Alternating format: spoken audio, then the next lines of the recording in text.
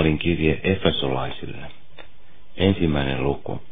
Apostoli toivottaa lukijoilleen armoa ja rauhaa, ylistää Jumalaa, joka on Kristuksessa meidät siunannut, niin kuin hän on meidät hänessä valinnut ja ottanut lapsiksensa, yhdistäkseen kaikki hänessä yhdeksi, kiittää Jumalaa heidän uskostaan ja rakkaudestaan, ja rukoilee heille yhä enemmän valoa näkemään, kuinka suuri heidän toivomansa perinnön kirkkaus on, ja kuinka ylenpalttinen Jumalan voima, hänen, joka herätti Kristuksen kuolleista, ja korotti hänet oikealle puolellensa. Paavali, Jumalan tahdosta, Kristuksen Jeesuksen apostoli, Efesossa oleville pyhille ja uskoville Kristuksessa Jeesuksessa. Armo teille ja rauha Jumalalta, meidän Isältämme ja Herralta Jeesukselta Kristukselta.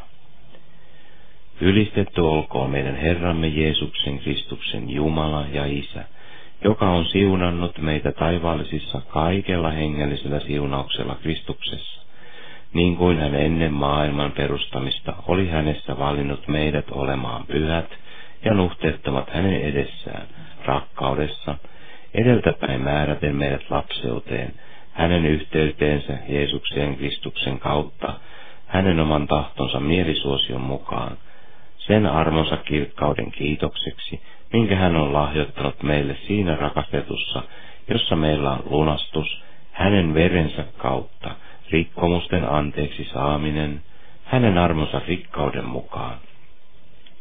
Tätä armoa hän on ylenpalttisesti antanut meille kaikkinaiseksi viisaudeksi ja ymmärrykseksi, tehden meille tiettäväksi sen tahtonsa salaisuuden, että hän päätöksensä mukaan, jonka hän oli nähnyt hyväksi itsessään tehdä, siitä armotaloudesta, minkä hän aikojen täyttyessä aikoi toteuttaa, oli yhdistävä Kristuksessa yhdeksi kaikki, mitä on taivaissa ja mitä on maan päällä. Hänessä me myös olemme saaneet perintöosan, ollen siihen edeltä määrätyt hänen aivoituksensa mukaan, hänen, joka vaikuttaa kaikki oman tahtonsa päättämän mukaan, että me olisimme hänen kirkkautensa kiitokseksi, me, jotka jo edeltä olimme panneet toivomme Kristukseen.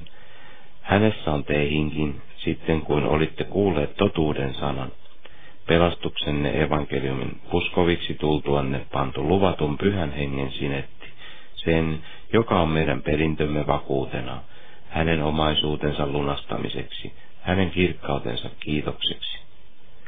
Sen tähden, kun kuulin siitä uskosta, joka teillä on Herrassa Jeesuksessa, ja teidän rakkaudestanne kaikkia pyhiä kohtaan, en minäkään lakkaa kiittämästä teidän tähtenne, kun muistelen teitä rukouksissanne, anoen, että meidän Herramme Jeesuksen Kristuksen Jumala, kirkkauden Isä, antaisi teille viisauden ja ilmestyksen hengen hänen tuntemisessaan, ja valaisisi teidän sydämenne silmät, että tietäisitte, mikä on se toivo, johon hän on teidät kutsunut, kuinka suuri hänen perintönsä kirkkaus hänen pyhissään, ja mikä hänen voimansa ylenpalttinen suuruus meitä kohtaan, jotka uskomme, sen hänen väkevyytensä voiman vaikutuksen mukaan, jonka hän vaikutti Kristuksessa, kun hän herätti hänet kuolleista ja asetti hänet oikealle puolellensa taivaassa, korkeammalle kaikkea hallitusta ja valtaa ja voimaa ja herrautta ja jokaista nimeä, mikä mainitaan, ei ainoastaan tässä maailman ajassa, vaan myös tulevassa. Ja kaikki hän on asettanut hänen jalkainsa alle ja antanut hänet kaikkien pääksi seurakunnalle, joka on hänen ruumiinsa, hänen täyteytensä, joka kaikki kaikissa täyttää. Luku 2. Sekä pakanat että juutalaiset, jotka kaikki olivat synteihin kuolleet, Jumala on armossaan eläviksi tehnyt Kristuksessa. Pakanat, jotka ennen olivat ilman Kristusta ja ilman Jumalaa, ovat Kristuksen veressä päässeet osallisiksi lupauksesta ja tulleet yhdessä juutalaisten kanssa Jumalan perheeksi ja hengelliseksi rakennukseksi, jonka kulmakivi on Kristus.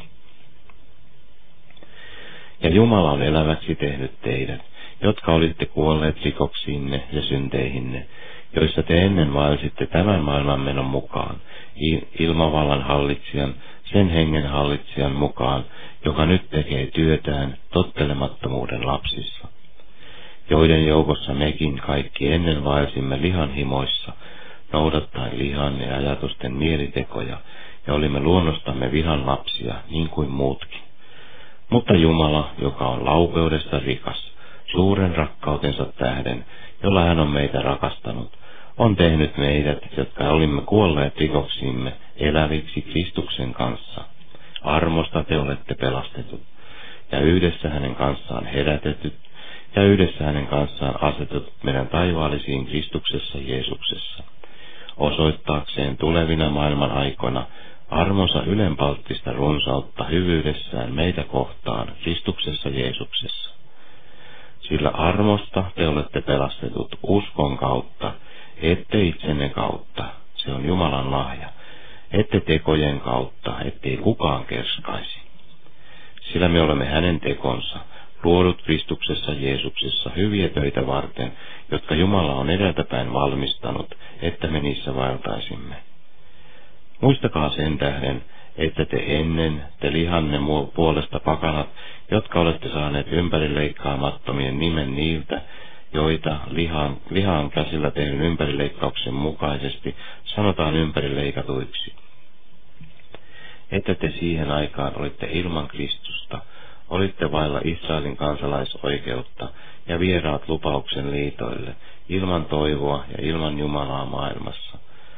Mutta nyt kun olette Kristuksessa Jeesuksessa, olette te, jotka ennen olitte kaukana, päässeet lähelle Kristuksen veressä.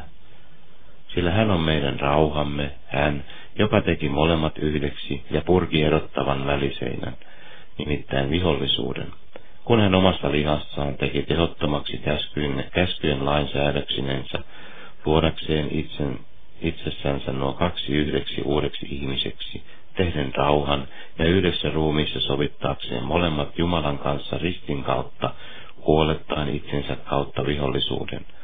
Ja hän tuli ja julisti rauhaa teille, jotka kaukana olitte, ja rauhaa niille, jotka lähellä olivat.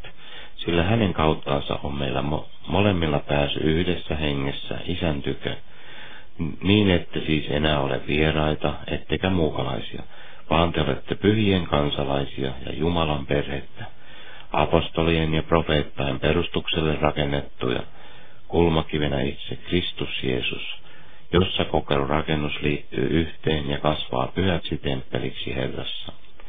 Ja hänessä tekin yhdessä muiden kanssa rakennutte Jumalan asumukseksi hengessä. Luku 3. Paavali osoittaa ilmestyksen kautta saaneensa tietää sen Jumalan salaisuuden, että pakanatkin ovat osallisia pelastuksesta Kristuksessa, ja sen julistamisesta hän nyt vankeudessa rukoilee, että he vahvistuisivat uskossa, rakkaudessa ja Kristuksen tuntemisessa ja ylistää Herraa. Sen takia minä, Paavali, teidän pakanain tähden Kristuksen Jeesuksen vanki, notkistan polveni. Olette kaiketi kuulleet siitä Jumalan armon taloudenhoidosta, mikä on minulle teitä varten annettu. Että näet, tämä salaisuus on ilmestyksen kautta tehty minulle tiettäväksi, niin kuin olen siitä edellä lyhyesti kirjoittanut. Josta te sitä lukiessanne voitte huomata, kuinka perehtynyt minä olen Kristuksen salaisuuteen, jota menneiden sukupolvien aikana ei ole ihmisten lapsille tiettäväksi tehty, ennen kuin se nyt hengessä on ilmoitettu hänen pyhille apostoleilleen ja profeetoille, että näet pakanatkin ovat kanssaperillisiä ja yhtä ruumista ja osallisia lupaukseen Kristuksessa Jeesuksessa evankeliumin kautta, jonka palvelijaksi minä olen tullut Jumalan armon lahjan kautta, joka minulle on annettu hänen voimansa vaikutuksesta. Minulle kaikista pyhistä halvimmalle on annettu tämä armo, julistaa pakanoille evankeliumia Kristuksen tutkimattomasta rikkaudesta ja saattaa kaikille ilmeiseksi, mitä on sen salaisuuden taloudenhoito, joka ikuisista ajoista asti on ollut kätkettynä Jumalassa, kaiken luojassa, että Jumalan moninainen viisaus seurakunnan kautta nyt tulisi taivaallisten hallitusten ja valtojen tietoon, sen iankaikkisen aivoituksen mukaisesti, jonka hän oli säätänyt Kristuksessa Jeesuksessa, meidän Herrassamme, jossa meillä uskon kautta häneen on uskallus ja luottavainen pääsy Jumalan tykö. Siksi minä pyydän, ettette lannistuisi niiden ahdistusten vuoksi, joita minä teidän tähtenne kärsin, sillä ne ovat teidän kunnianne.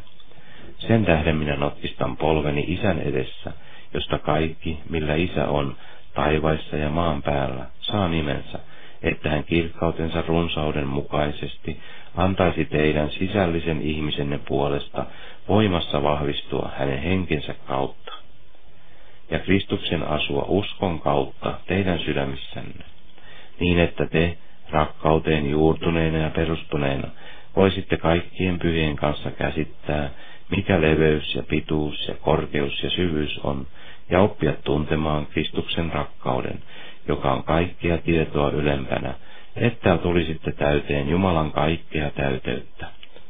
Mutta hänelle, joka voi tehdä enemmän, monin verroin enemmän kuin kaikki, mitä me anomme tai ymmärrämme, sen voiman mukaan, joka meissä vaikuttaa, hänelle kunnia seurakunnassa ja Kristuksessa Jeesuksessa, kautta kaikkien sukupolvien, aina ja iankaikkisesti. Aamen. Luku 4. Paavali kehottaa lukijoitaan vaeltamaan kutsumuksensa arvon mukaisesti, erittäinkin säilyttämään hengen yhteyden, sillä kullekin on armoa annettu sen mukaan, kun Kristus on lahjojaan jakanut, ja Herra on asettanut erilaisia toimimiehiä seurakuntaan, kunnes kaikki ovat päässeet uskon ja tiedon yhteyteen. Paavali kieltää heitä vaeltamasta pakanain tavoin, käskee pukemaan päällensä uuden ihmisen ja antaa heille tarkempia ohjeita. Niin kehoitan siis minä, joka olen vankina Herrassa, teitä vaeltamaan, niin kuin saamanne kutsumuksen arvo vaatii, kaikessa nöyryydessä ja hiljaisuudessa ja pitkämielisyydessä, kärsien toinen toistanne rakkaudessa ja pyrkien